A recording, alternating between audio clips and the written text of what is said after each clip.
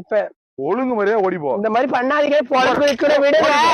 சும்மா ஒரே பொழப்புக்கு நிக்கிறதுக்கு ஆசை இல்ல. கையில பொழப்புக்கு சாலையில ஓரமா தனியா நின்னுகிட்டு இருக்கிற இந்த திருநங்கை கிட்ட ஒழுங்கு மரியாதையா ஓடிப்போ, இங்க நிக்காத அப்படின்னு சொல்லிட்டு இவர் சொல்றாப்புல. அதுக்கு அந்த திருநங்கை பொழப்ப கெடுக்காதீங்க அப்படின்னு சொல்றாங்க. இங்க வீடு இருக்குது, வீட்டு முன்னாடி நிக்காத அப்படின்னு சொல்லிட்டு அந்த திருநங்கைய அவர் எச்சரிக்கிறாப்புல. யாரையா போய் பாரு, அதான் நிக்கிற வீட்டு முன்னாடி ஏத்த வீட்டு முன்னாடி வர பாரு. முடியல, அந்த பொழப்புக்கு நிக்கிறீங்க. நீங்க நிக்க கூடாதீங்க. இப்போ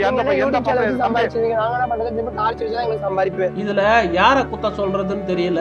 வருமானத்துக்கு வழி இல்லைன்னு சொல்லிட்டு இரவு நேரத்துல இங்க வந்து நிக்கிற இந்த திருநங்கைய சொல்றதா, இல்ல அவர்களுக்கு போதுமான வேலை வாய்ப்பையும் பொருளாதாரத்தையும் ஈட்டுவதற்கான வழிவகைய செய்யாத அரசாங்கத்தை குற்றம் சொல்றதான்னு தெரியல.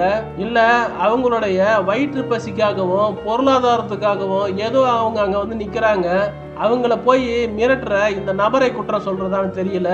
எது எப்படி இருந்தாலும் இந்த உலகத்துல வாழ பிறந்த ஒவ்வொரு உயிரும் வாழறதுக்கான உரிமை இருக்குது. குறிப்பாக மனிதனாக பிறந்த அனைத்து உயிருமே கண்ணியமாக இந்த உலகத்துல வாழறதுக்கான வழிவகையை ஒவ்வொரு அரசாங்கமும் செய்யணும். 5 ஆண்டுகளுக்கு ஒரு முறை வெற்றி பெற்று வரும் அரசாங்கம் கண்டிப்பா திருநங்கைகள் வாழ்வதற்கான தேவையான பொருளாதாரத்தை ஈட்டுவதற்கான வழிவகைகளை, வேலை வாய்ப்புகளை ஏற்பாடு செஞ்சு கொடுக்கணும்னு இந்த வீடியோ மூலமா கேட்டுக்கிறோம்.